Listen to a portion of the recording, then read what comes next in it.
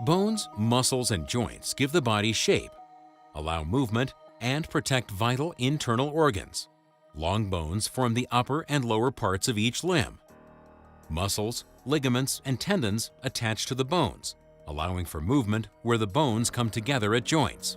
These bones are the most exposed to external forces and injury. There are 4 different types of injuries affecting bones, muscles, and joints. Strains are stretching or tearing injuries to muscles or tendons. Sprains are tearing injuries to ligaments that hold joints together. Dislocations are the separation of bone ends at a joint. And fractures are breaks in bones. Common signs of these types of injuries include swelling, pain, and discoloration.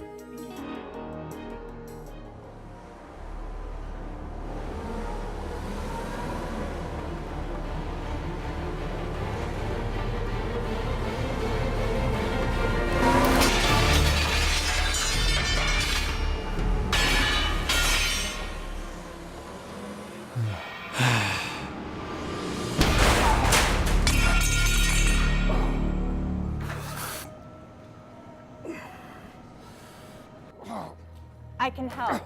Let's move you out here so nothing... Distinguishing the exact type of injury is often difficult. It is best to treat everything as a possible fracture.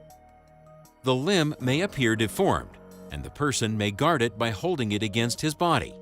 Unstable bones or joints can damage surrounding tissue.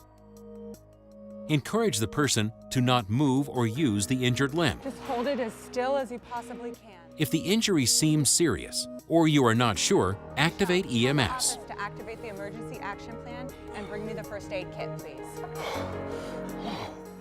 Check to see if there is an open wound. Gently cut or tear away clothing to expose the injury site.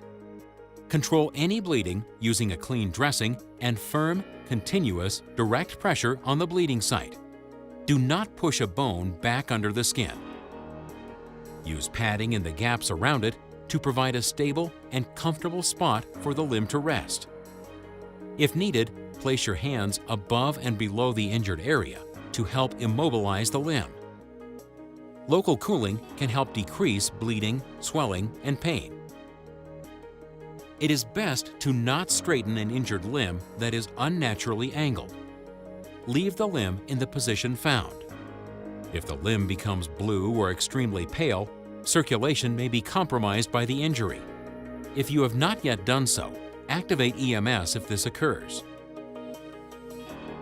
Splinting an injured limb can reduce pain and prevent further injury, especially when moving an injured person. In general, it is best to rely on EMS personnel to splint, as they have more extensive training, experience, and equipment. Comfort, calm, and reassure the person.